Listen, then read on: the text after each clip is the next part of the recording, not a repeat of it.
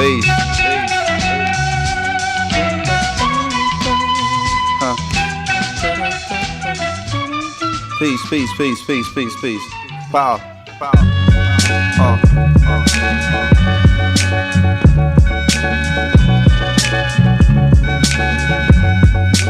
Mad liberator, death operator, rock the data, amazing flavor. Yo, the way I feel, sometimes it's too hard to sit still. Things are so passionate, times are so real. Sometimes I try to chill, mellow down, blow a smoke. A smile on my face, but it's really no joke. You feel it in the street, the people breathe without hope. They going through the motion, they dimming down the focus. The focus get cleared and the light turns sharp and the eyes grow teary, the mind grow weary. I speak it so clearly, sometimes y'all don't hear me. I push it past the base, no nations got to feel me. I feel it in my bones, black, I'm so wide awake that I'm hardly ever sleep. My flow forever deep in its volumes of scriptures when I breathe on a beat. My presence speak volumes before I say a word. I'm everywhere, penthouse, pavement, the curb, cradle to the grave, so cathedral of a shell. Universal ghetto life, holla black, you know it well. Quiet storm, vital form, pen push the bright across. Mind is a vital force, hollow right across. Soul is the lion's raw, voice is the siren. I swing round, ring out, and bring down the tyrant. Chop a small axe and knock a giant lopsided. The world is so dangerous, there's no need for frightened. The suckers trying to hide like the struggle won't find them. Then the sun busts through the cloud to clearly remind them this everywhere. Penthouse, pavement, the curb, cradle to the grave, talk cathedral of a shell. Universal ghetto life, holla black, you know it well what it is. You know, they know what it is. We know, y'all know what it is. Ecstatic, there it is. Huh, what it is. You know, we know what it is. They know, y'all know what it is. You know, here it is. What it is, you know, we know what it is. They know, y'all know what it is. You know, here it is.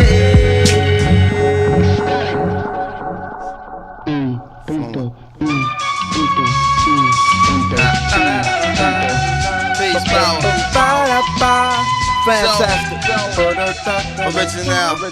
And always on time. And rocking your mind. It's like sit and come relax, riddle of the Mac, it's the patch. I'm a soldier in the middle of Iraq. What say about noonish, coming out the whip and looking at me curious, a young Iraqi kid carrying laundry. What's wrong, G? Hungry? No, give me my oil, get out my country.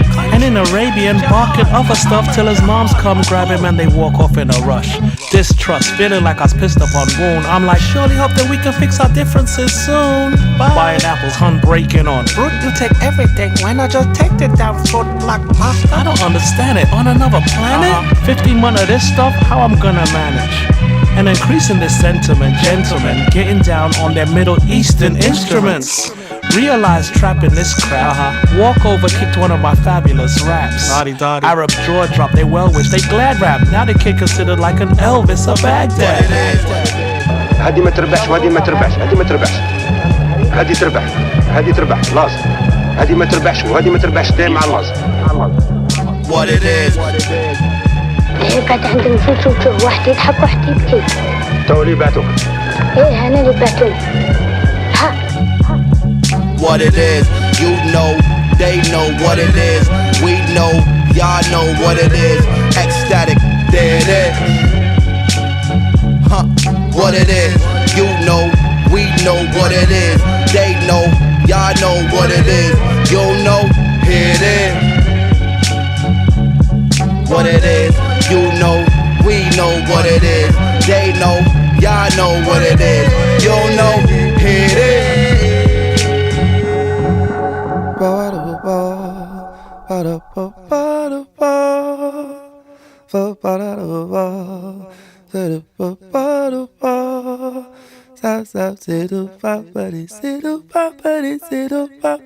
Keep on rocking you.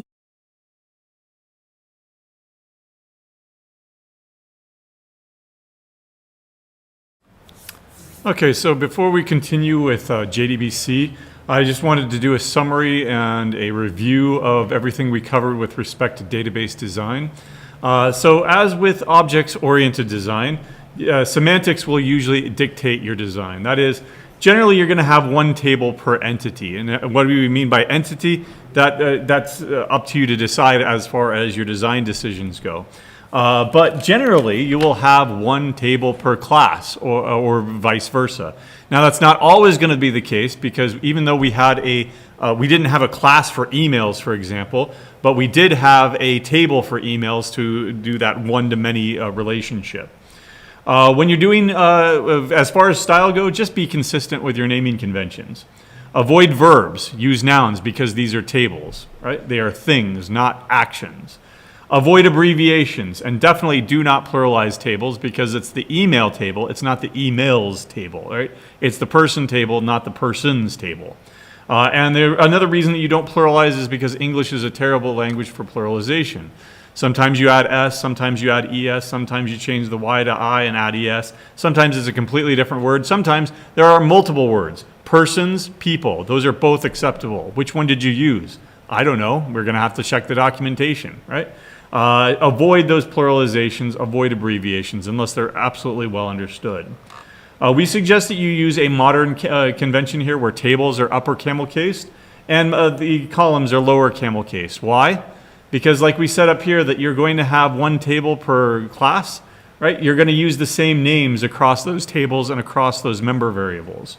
You could go really old school here and use upper underscore casing for the table names and then lower underscore casing for the columns. Your pinky will fall off pretty quick if you're doing that though, right? Because you're holding down the shift button to do all uppercase or the underscore constantly, right? Make sure that every table has a primary key. That is an integer, not null, auto increment, right? Don't use doubles, don't use varchars. These are more inefficient and inexact, right? 1/3 times 3 is not necessarily equal to 1 in floating point numbers. Moreover, varchars, then you've got like casing issues. You've got encoding issues. Was this Unicode? Was this Latin? Was this straight up ASCII text, right? And was it case sensitive or not? Avoid that. Just an integer is an integer is an integer, right? That it is so easy to compare this integer to that integer, these 4 bytes to these 4 bytes. Just make it an integer. We also suggest that you use a convention where you have the table name plus ID, right? That means that if you've got a person table, you know exactly what the primary key is without even having to look at the ER diagram. Foreign keys should have the same names as the primary keys that they reference, right? Sometimes you have to violate this. For example, if I had 3 people, like a salesperson, a manager, a customer, and I don't know, a delivery person, right? If I had 4 people in one table, I can't use person ID, person ID, person ID, person ID.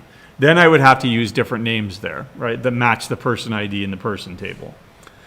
Define unique keys to ensure uniqueness on columns that need them, right? Not just the first name, right? Now only one person can be named John, right? Don't do that, but do it where it makes sense, right? Remember that primary keys are surrogate keys that are generated automatically by the database.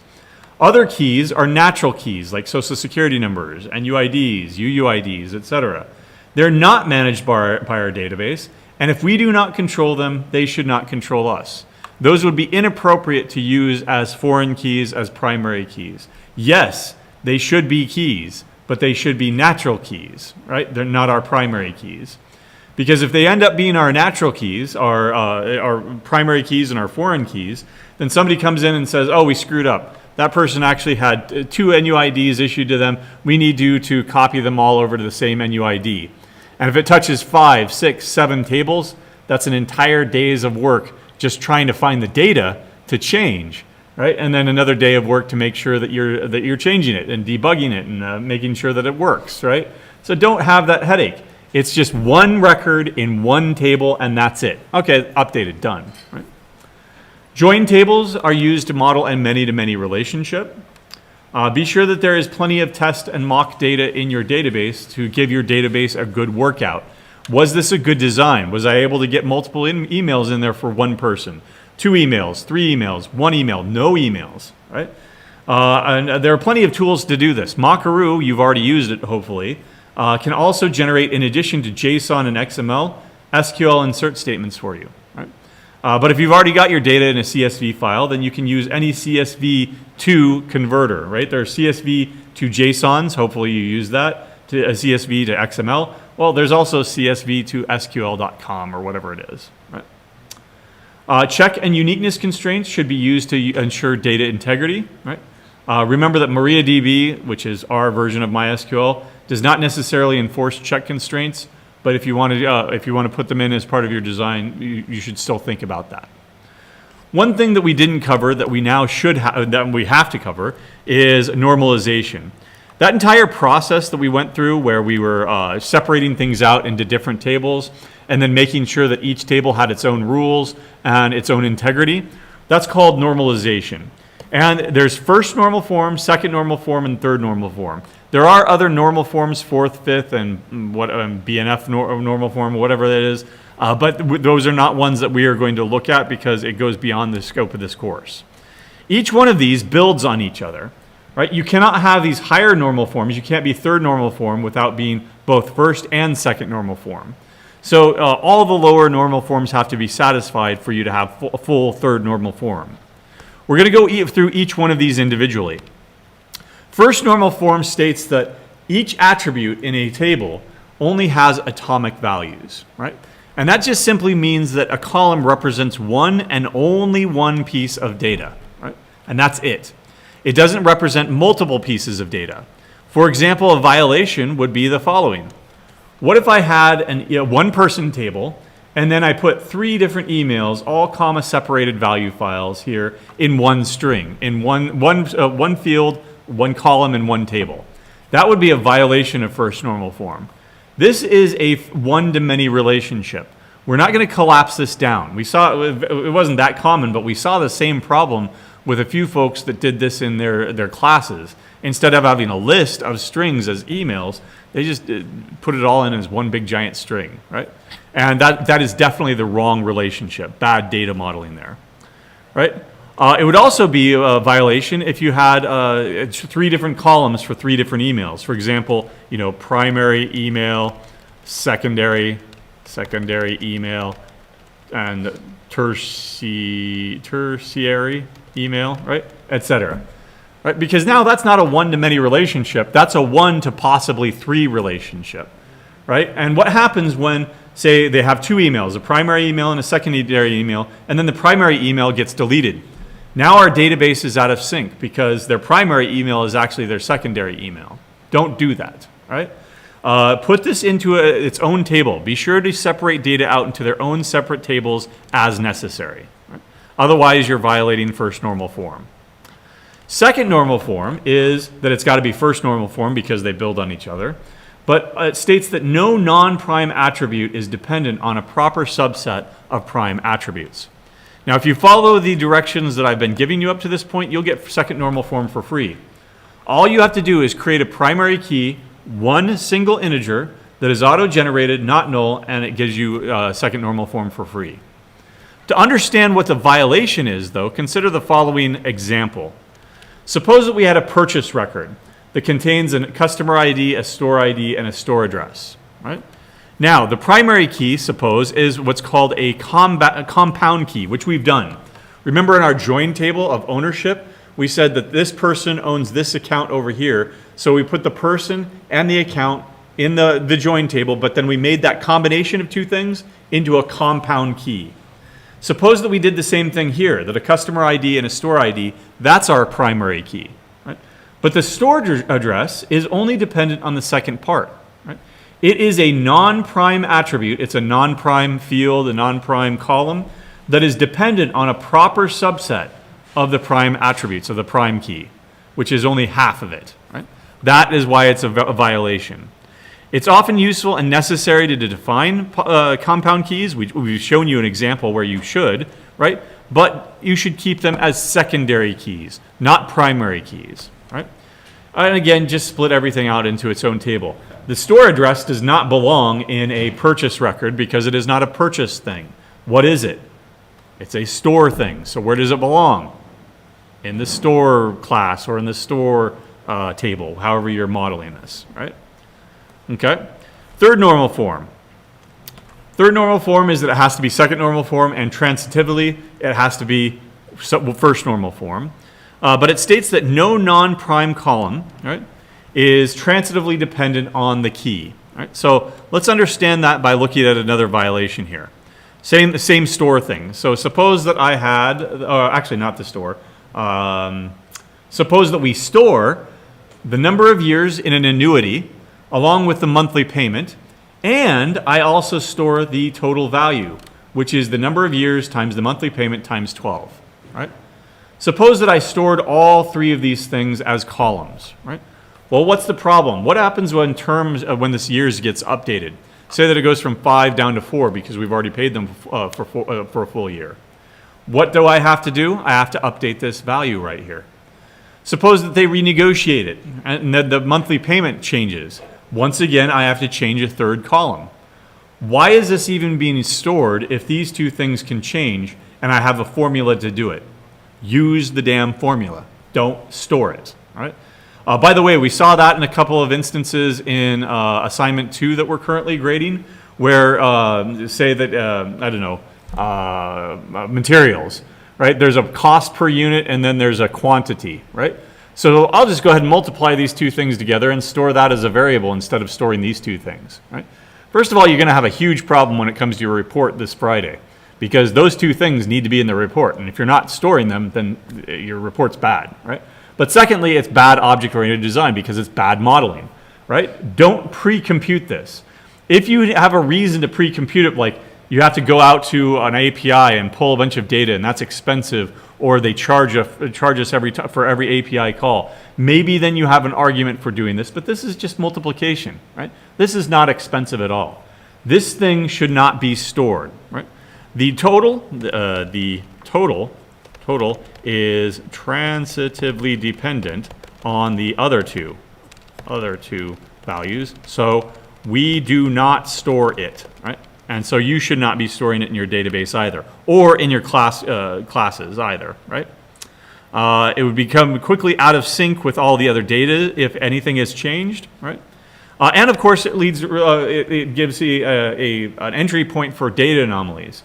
Suppose we screwed up and we typed 1.2 instead, or we fat-fingered it and said 21 instead, when we actually meant 12, right? Now this value is not correct with respect to these other two values. So instead, they should be recomputed, right? If you need them, right? You can do that directly in SQL, or you can do it in the middle tier, your Java code, right? It gives it gives a potential failure point there. So how do you remember this stuff? Well, it's just good design in general. You get used to it. Otherwise, there's this nice mnemonic device here. The first, second, and third normal form are that every non-attribute must provide a fact about the key, first normal form, the whole key, second normal form, and nothing but the key, third normal form. So help you Cod. Who is Cod again? Not the fish, no. Edgar Cod. 1970, the inventor or the developer of the relational data model, right? So remember, so help you Cod, you are not going to violate first, second, or third normal form, right? Just promise yourself, okay? All right, so now we're getting on to what we were intending to start this week. Programmatically connecting to your database so that you don't have to always work over here in MySQL Workbench. Instead, you're writing a program that's going to connect to your database. So the first thing to do is you're going to need a connector J, right? This is a jar file that will allow you to connect to a MySQL database, right? If you were connecting to a Postgres database, you would have to find a jar for Postgres instead. If you were connecting to a SQL Server, then you would have to find a different jar. But you wouldn't have to change any of your code, okay? So let's go ahead and start downloading this, right? That's directly in there, otherwise you can search for MySQL connector J. You'll probably want to go with the platform independent, right? And go to download either tarball or a zip file here. Don't have to sign up, don't have to log in. There's this no thanks, just start my download here. When that happens, you will have a download that looks something like this. So here's my downloads folder. There's my tarball, okay? When I open that up, there is the contents. a whole bunch of information. There's the jar file you want. Apparently the current version is 9.2.0. So do we remember how to bring in an external jar file? Well, we have a lib folder, right? A library folder. I'm going to go ahead and drag and drop it over there. Right? Copy the files, do not link to them. Otherwise, they're completely somewhere else on your hard drive and they won't be included when you build your jar file. There we go. Right click, build path, add to build path. And now I am ready and set up to actually connect to a database here. Right? So what we're going to do is we're going to design a few utility functions for our account, annuity, and stock classes here. Right? Let's go ahead and look at and see what that looks like. Come on, plant UML. 1, 2, 3, and 4. Right? There's our full UML diagram. We can increase the size there. There we go. I'm going to build now we design, I could pull up the ER diagram as well. But what I need to do is I need to write some Java code to go to the database, pull that data, produce these Java files, these Java objects, right? We call them POJOs, plain old Java objects, right? And it also has references to, say, a person. So what is the relationship to a person as well there? There we go. That an account is owned by a person. It has an owner there. So let's start with the simple one over here, a person, who has a UUID, a first name, a last name, and a bunch of emails there. Okay? All right, so I will go ahead. I've got a new package over here. I'll just go ahead and go with a new class here. And I'll just call it demo for now, right? Maybe we'll want it to put this into a utility class or something like that. But let's go ahead and go with public, static, void, main, string, args.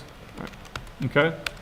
And my goals here are going to be to pull a particular person by some criteria from the database along with all their emails. Okay. Now, when you're developing in Jdbc, you probably also have your MySQL workbench open over here because who are the actual people, right? There they are, 3 of them. There's John Smith, Jane Smith, and Craig Council. What are their actual emails? Remember, we deleted them all, so we probably want to restore those to ensure that we're pulling them, right? You are always going to have multiple things open all at the same time. This is why developers like having multiple screens, right? In fact, right now I've got 1, 2, 3 screens. When I have my iPad here, I've got 4 screens just to present stuff in this class. Right? When you're developing, you like to have at least your own computer along with 2 other screens because you need to put things side by side and have a lot of real estate. Right? This is why. So get as many screens as you can. Or like my colleague, she's got a 4-foot curved screen like this. So maybe you only need one. No, you still need multiple ones of those, right? Because then you can stack them, right? And then you have a lots of real estate there, okay? But we're not so fortunate as far as the, I've never been able to get these to dual screen, but if I could ever do that, I would love to do that. Instead, they have to be the same thing. But anyway, let's go ahead and write this code, right? Now that sounds like immediately I should be making a utility function here. Get person, or maybe load person from the database. I'm not going to say from SQL because that's going to be understood by whatever utility class I'm putting this in. So load person. So the return value here is going to be a public static person, right? Load person, okay? And we're going to have to bring that in because it's in another package there, okay? Now we're going to have to return that eventually. But what criteria are you going to load them by? Well, what is a person? A person has an ID. A person has a UUID, first name, middle name, and a last name, right? So what criteria could you load them from? You could load them from the person ID, or because that's the primary key, or you could load them using the UUID here. Let's just go ahead and keep it simple because probably I want to do both of those eventually, right?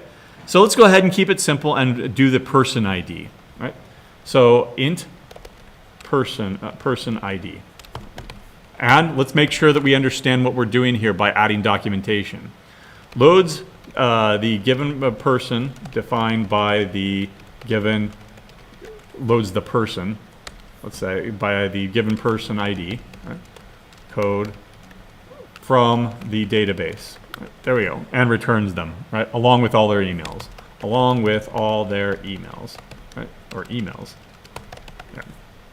Okay. And then returns that value. All right. So let's talk about JDBC now. Now, now that we've gotten ourselves set up for this. All right. So again, what our goal is here is that we're going to programmatically connect to a database and process that data. Initially, we're going to load the data, but eventually we're also going to want to persist or save that data, right? Most languages allow you to do this somehow. Most languages either have a built-in support for it in the language, or there's some standard library. In fact, with Java, I think I can name at least 3 standard libraries that do this. JDBC, JPA, and now I forget the third name actually.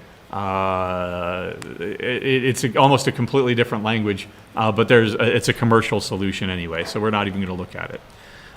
For Java, we're talking about JDBC, and that's Java Database Connectivity API. Remember that an API is an application programmer interface.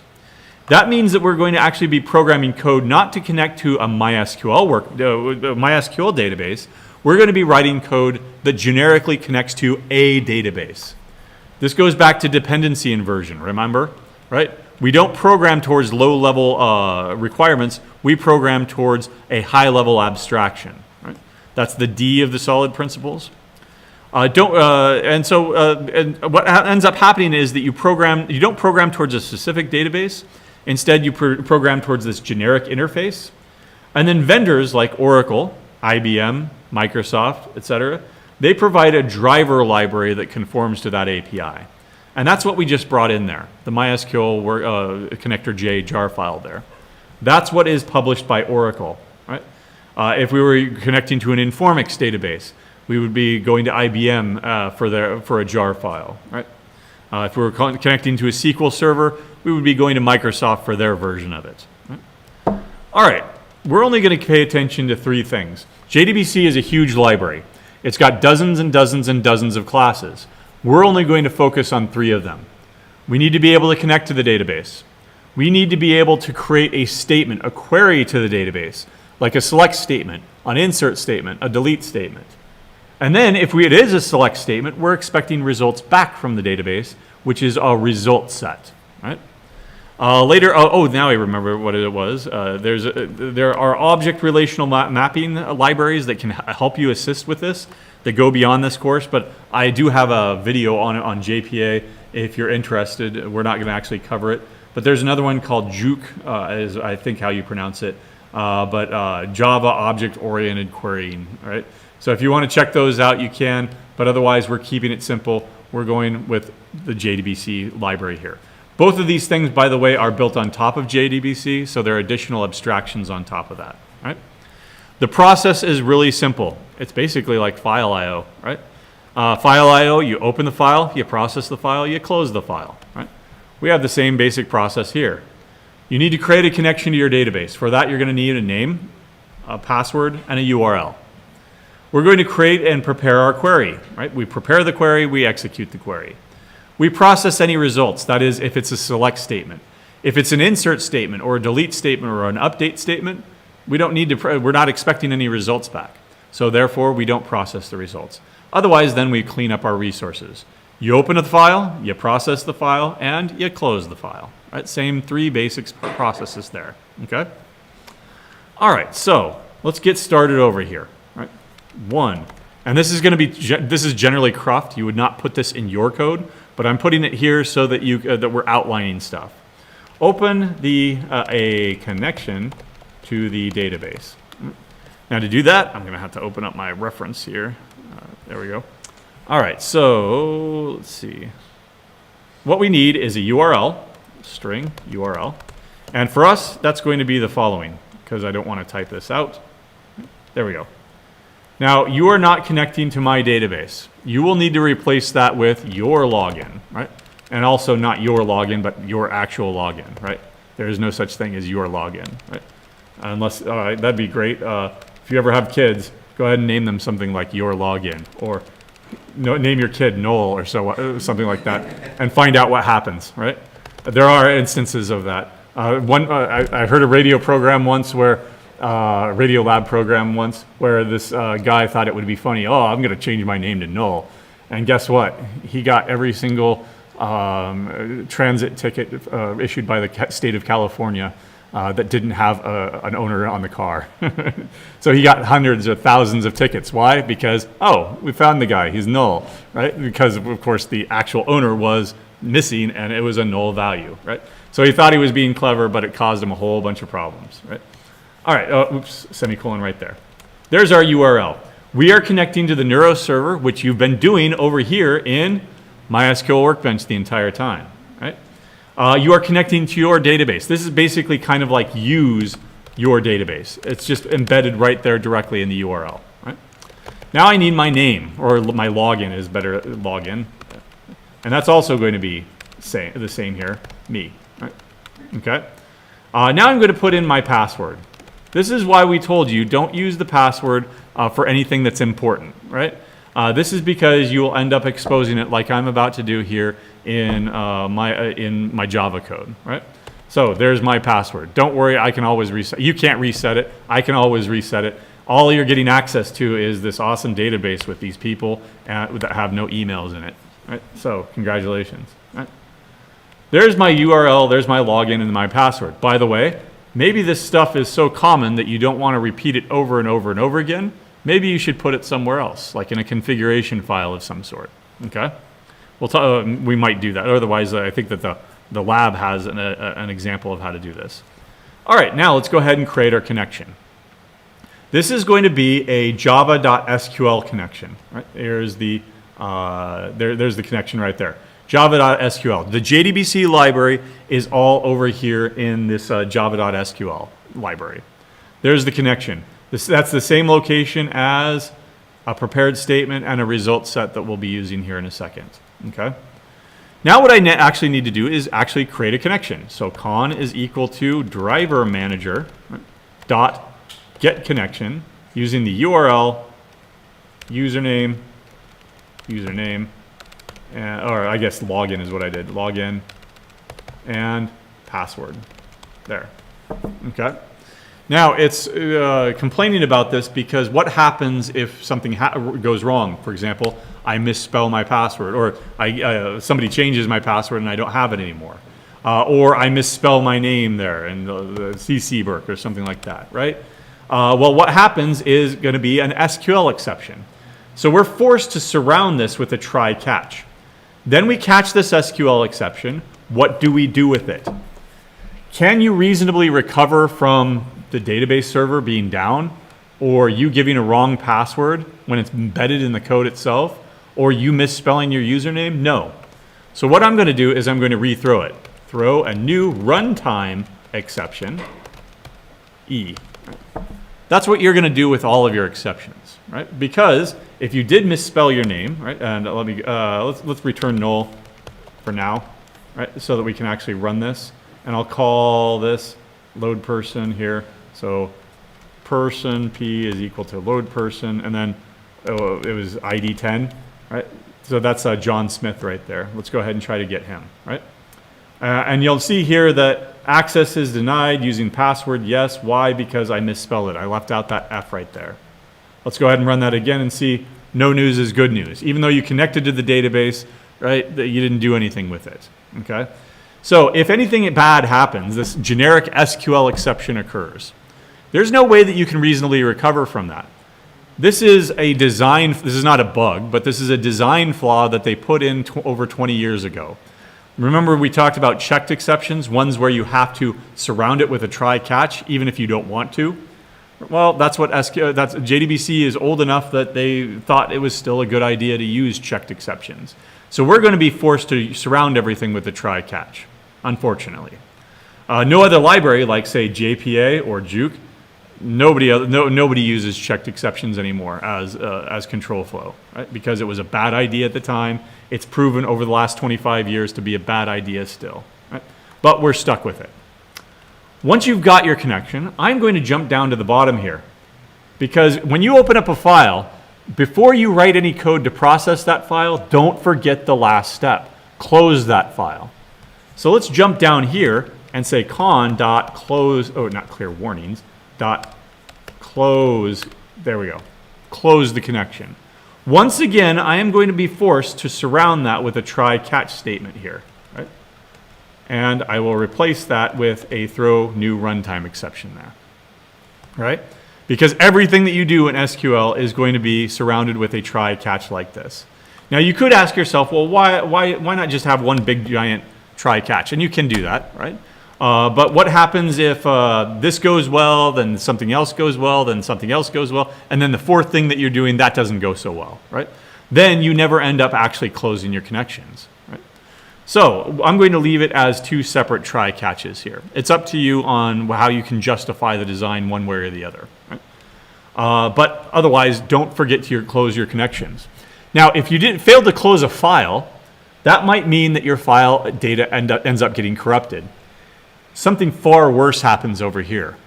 What if I were to not close this connection, right? In fact, what I'll do is I'll remove this, right? I will go ahead and load that person. I'm not closing the connection. And then I'll go into a while true loop here, right? And I'll do nothing, right? Not that, but literally nothing, right? There we go. All right, I'm about to run this. What's about to happen? I'm going to be stuck in an infinite loop here. The connection is still there. Let me show you how to list all of your connections. Show process list. There. So there's the one my persistent connection that's open because of MySQL Workbench. There's the one that I just ran to show the process list. And there's the one that's been sleeping at the time it was sleeping for 9 seconds. Let's run that again and show that it's now been sleeping for about 30 seconds, 26 seconds, right? Why? Because this program continues. You can cross your fingers and hope that killing this program ends up killing the actual connection as well. And 9 times out of 10, it does. It's that 1 time out of 10 that you will end up opening up 30 connections, and that's your maximum. Once those 30 connections are open, the 31st connection will fail. And hopefully, just killing the program will close those 30 connections and you can start over. I say hopefully, right? And you better be crossing your fingers if that happens, because worst case scenario could be that it errors out and those 30 connections continue to stay open even after the death of your program. Hopefully they will time out after, I believe, 5 minutes is the limit there. And after 5 minutes, they'll get reset anyway. Again, you're crossing your fingers and hoping that a lot of stuff goes correct, everything goes correct, right? Don't do that. Close your damn connections, right? By the way, you will get into if you don't get into that habit, you will get into a problem where you end up opening up 30 connections, and at that point your program is so complex that you've called like 50 different functions or something, and you have no idea what is responsible for those open connections. Whereas if you always make sure that you're doing it properly by first writing this and then immediately writing this right after, you won't run into that problem, right? Close your connections, right? All right, so that was part 4, right? Close the connection and other resources. Right? We'll get to that after we've opened other resources, right? So 2, I'm going to formulate my query, right? My query is that I'm going to want all the people along with all their emails. Right? So I could do something like this: select everything from person. Okay, or I could do another query here to select everything from email. Right? Or I could do one big giant query: select everything from person P, join email. In fact, what kind of join would I want here? What if the person doesn't have the email? Yeah, a left join. Left join email E on P dot person ID is equal to E dot person ID person ID where P dot person ID is equal to 10. Remember, we're looking for a specific person, right? And that'll get us what we want. There's the person, but if they have no emails, then all those will be null. Right? So what I like to do is I like to formulate the query over here in MySQL Workbench, make sure that it's actually runs and that it's actually correct, and then take and copy and paste that over to my Eclipse over here, right? So let's formulate that query. String query is equal to, I could do it like this. It's kind of ugly, right? There we go. I could do it like that. End-line characters, stuff like that. I don't like that, right? In fact, what I'm going to do is I'm going to take this all the way down to just the bare essential. I'm going to select everything from person P, person, where person ID is equal to 10. Initially, I'm hard coding that. What I want to do is I want to use this person ID over here, okay? But for now, I'll hard code this as I'm working on it. So there's my query. First of all, are you going to be using everything? That's a good question to ask. Are you going to be using the person ID, the UUID, the first name and the last name and the middle initial? Right? If yes, then maybe you have an argument for using a star here. But what if, in addition to the person over here, I also had this other column, their image, right? And there I was storing several megabytes of data for a PNG of their image or the JPEG of their image, right? Suppose that I was storing that as what those are called blobs, binary large objects, right? And suppose that I was storing that over here, but I'm not using it over here in Java. I end up pulling it across the wire, the network, right, by using star here. So I'm going to be a little bit more intentional about this. I want the person's person ID. In fact, do I need to pull the person ID if I already have it here? No, so I'm not even going to bother with that. Right? I'll pull the person's UUID, their first name, and their last name. Right? So already I'm saving 1 byte of data going across the wire. Right? It's not that big of a deal, but suppose I was selecting everybody, right? All persons. 4 bytes times 1 million, that's 4 megabytes. That's, that is a huge savings. Right? So I'm only going to select that which I actually want. And I should have been developing this over here in my SQL Workbench to make sure that it's syntactically correct. Let's do that now. Run that. Oops. Well, with the there we go. There, and it works. Over here, the semicolon is optional. You can put it in or you can omit it. That's getting to be quite a long line though, right? So what you can generally do is you can break that up like it's first suggested, and you can go ahead and concatenate it. Now it's all readable, but it's also ugly as hell, right? So if you're using a modern Java, what you can do is you can do a multi-line string here, right? And let me get rid of that. And I believe that I'm using modern Java over here. I'll get rid of that, and come on. It's not going to play nicely here, but it will eventually when I go 1, 2, 3. There we go. Right. And then if you want to, you can bring that down to the next line and align it with the string right there. Right. All right.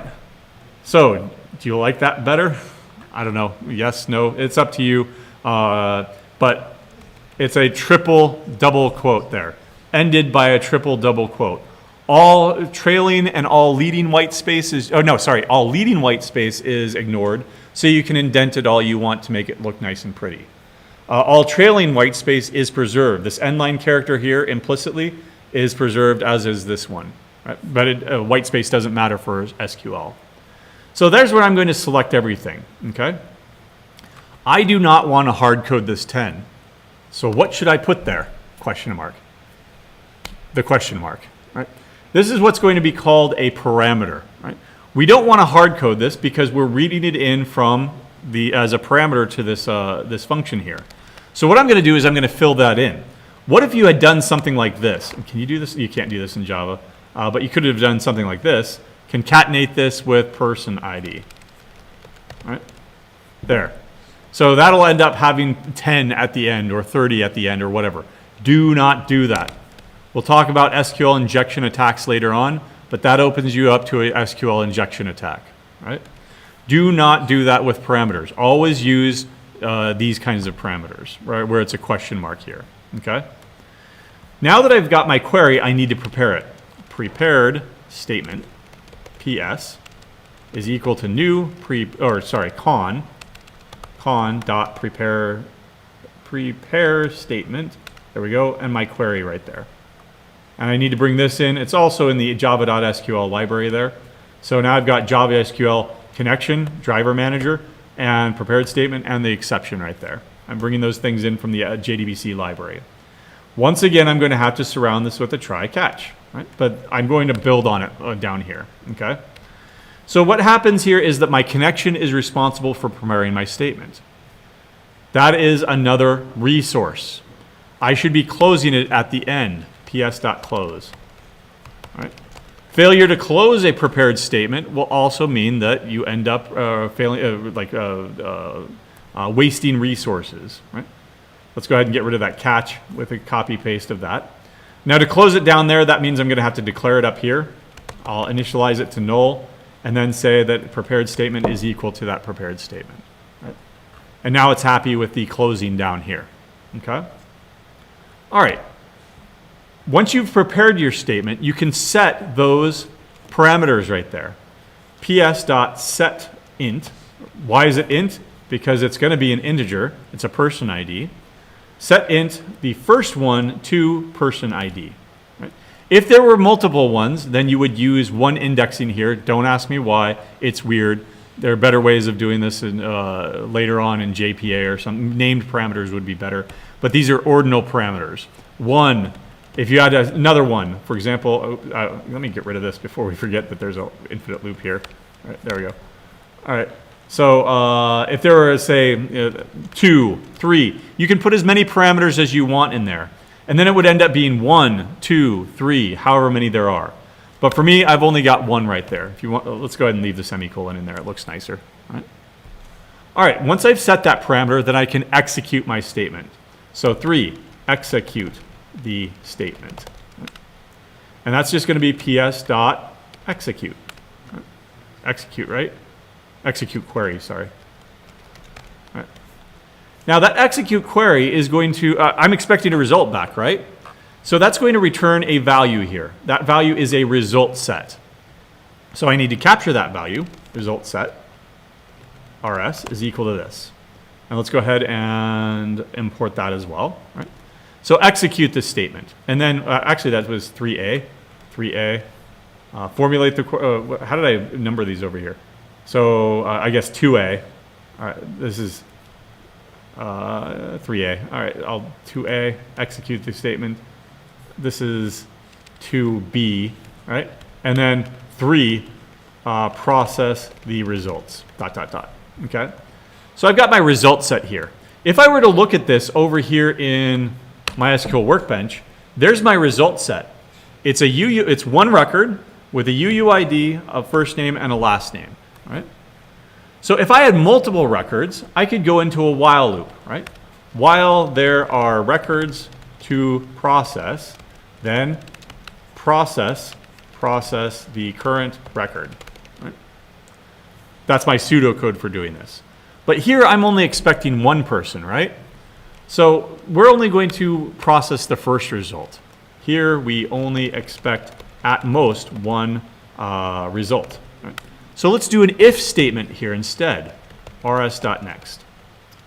Now rs.next is going to return true or false. rs.next advances to the next record, right, and returns true if it is valid and false if it is not. That's why I'm putting this into an if statement here. Valid record, process it. What should we put in our else statement here? There was no valid record. Okay? So how would you handle this? I wanted a person with ID -10. Right? There's no person like that. Right? So what should how would you want this to be handled?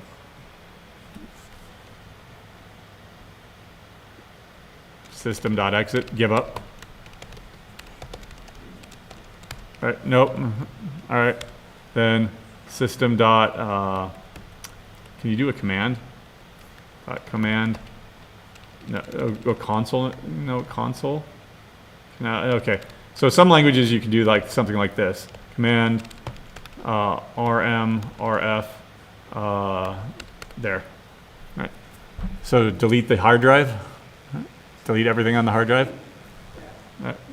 Using sudo so that it actually works. No. All right, so seriously though, what would you do? So there are a couple of things that you could do. First of all, the calling function. What is it expecting? A person, P. Well, what could I give back to you to indicate there's no such person? Null. Right? No valid record, return null. What's another option there? Right? I could throw it back in your face entirely. Throw new runtime exception. Right? No such person with ID, person ID equal to, and then concatenate person ID. Right? Right?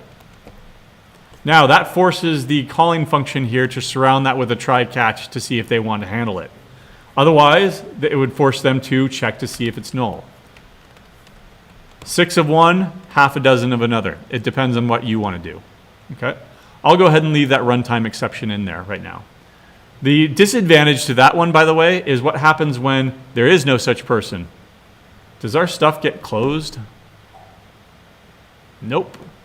So maybe now I do have a reason to return null instead. Except that if I return null right now, does anything happen there? Nope, let's not return. I mean, does my stuff get closed if I return right here on this line? Nope. So I'm not going to return. Instead, I'm going to say P is equal to null. Right? That's person, isn't it? Where's person? Okay, let's go ahead and create that person now. Person P is equal to null. All right. We're going to make sure that that person is null, and then at the very end, we're going to return that person. Now, by setting it equal to null up here, that ensures that we still got down to this block and everything gets closed here. Right? It's complaining right here because we never actually set it to anything other than null. Right? Oh, what's wrong? Oh, it's P. All right, that's bad. We should use what? Person. Person. There. Person is null. Person is null. Don't use single variable names or single character variable names. All right?